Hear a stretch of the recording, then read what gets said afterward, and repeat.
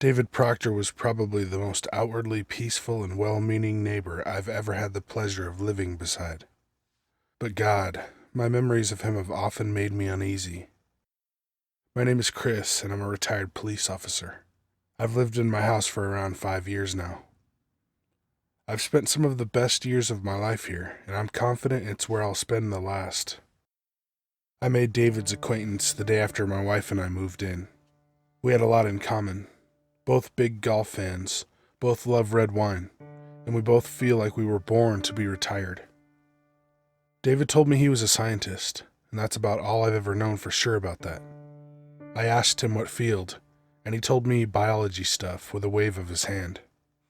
I met his wife, Primrose, and I learned they lived in the neighborhood for around 10 years. Any kids? I asked them. David answered, "Our son, Noah." He jerked a thumb over his shoulder in the direction of their house. "Excuse him for not being here. He's shy." Primrose nodded with a stiff smile. She had a vaguely guilty way about her, the poor dear, but she was nice enough. It was only a few days after our move that I began to notice David's visitors. I first caught them leaving his house, a man and a woman in fairly nondescript business wear like a pair of everyday office workers. They swiftly got into a black car with tinted windows and pulled away.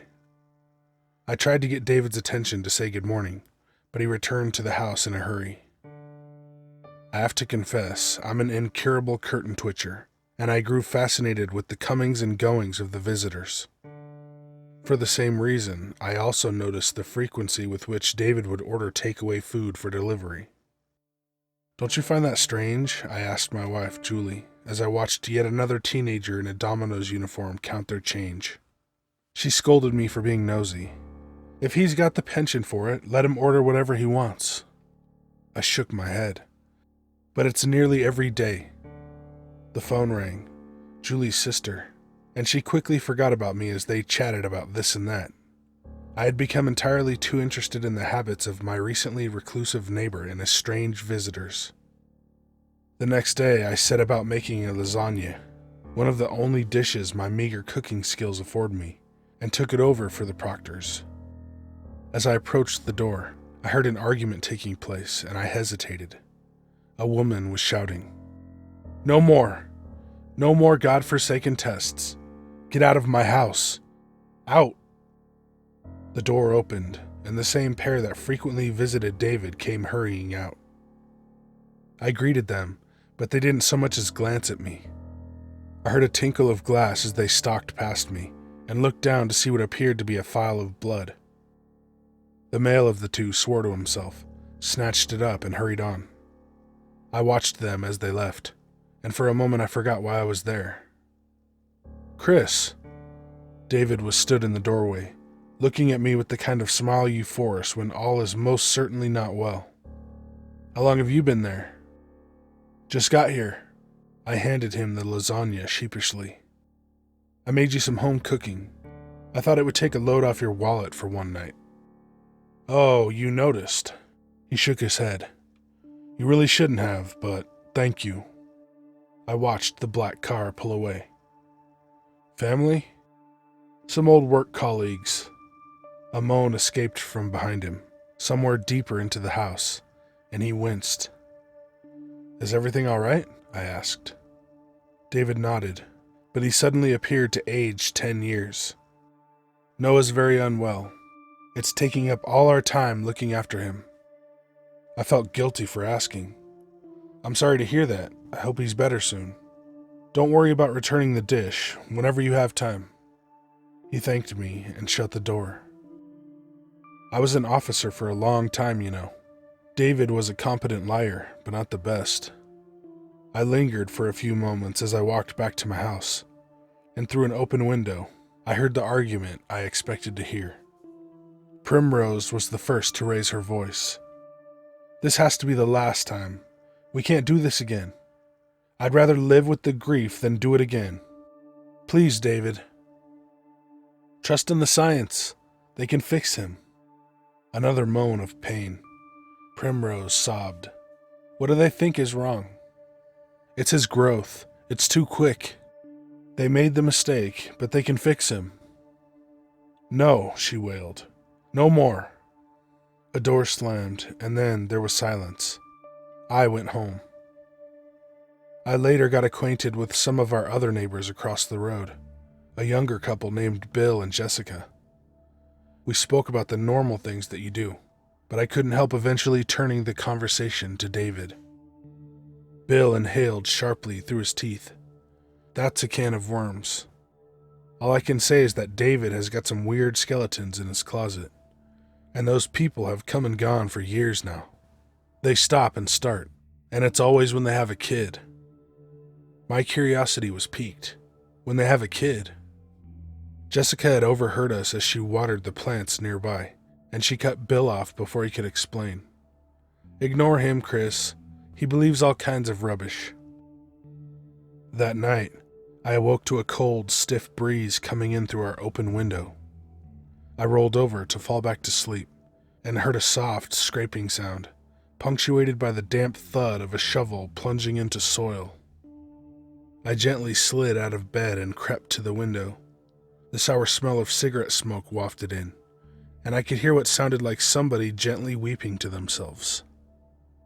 I looked through the curtains, but the only discernible feature in the midnight darkness was the gentle orange pulse of a burning cigarette, a pinprick of light in the near distance.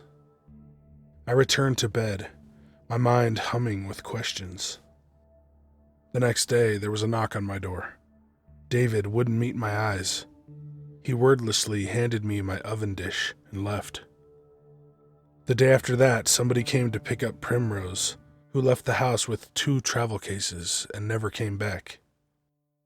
Eventually, after weeks of knocking on David's front door with no answer, I managed to get the man out onto his porch with a beer. Noah died. He spoke so abruptly that he left me floundering. I nearly choked on my beer, and it was all I could do to stammer, "I'm sorry," before he continued. He was supposed to be the one, the most stable, the strongest. He was the best. He looked at me with furrowed brows. "I never told you what field I worked in, did I?" "No," I said, and after a long silence, I realized he still didn't intend to. "Now I have to start again," he sighed. "I'm not sure whether I can stay in this house without Primrose.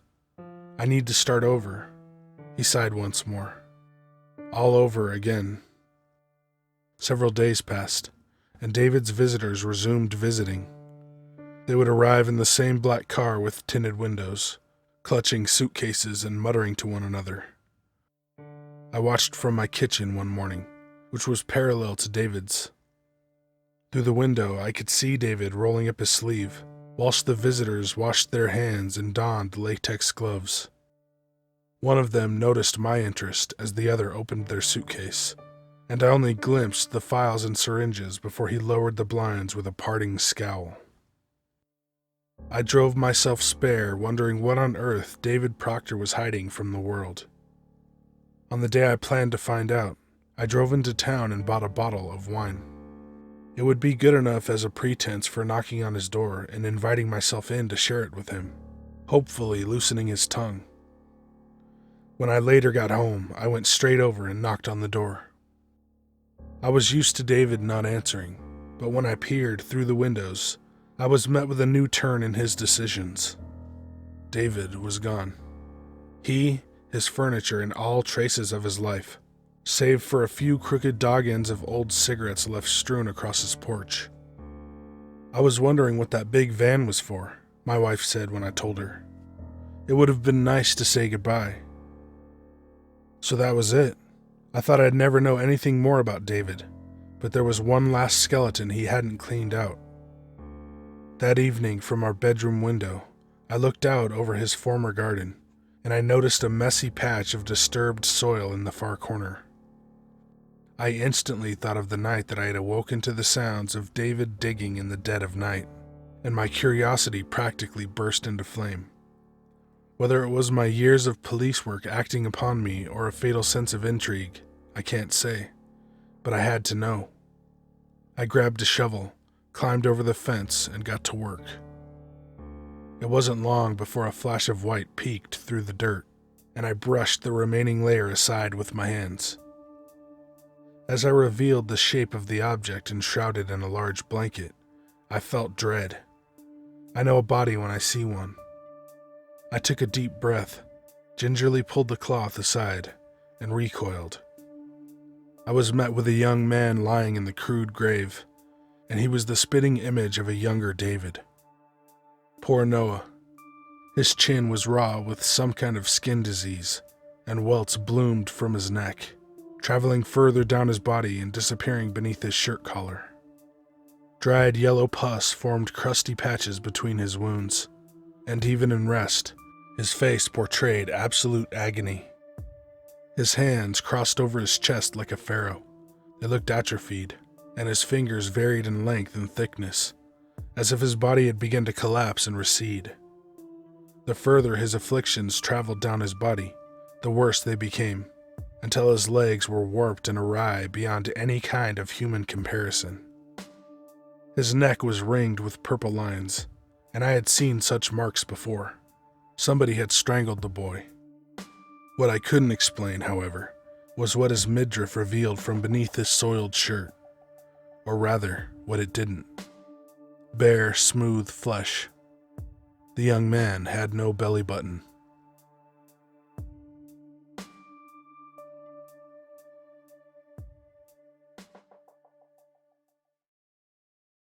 Hey guys and ladies, thanks for watching. Send your story or creepypasta to the email in the description. My shirts, Patreon, Instagram, and Twitter are down there too. Be good to animals, even people. See ya. Já, snemma, bergsbus, hreish.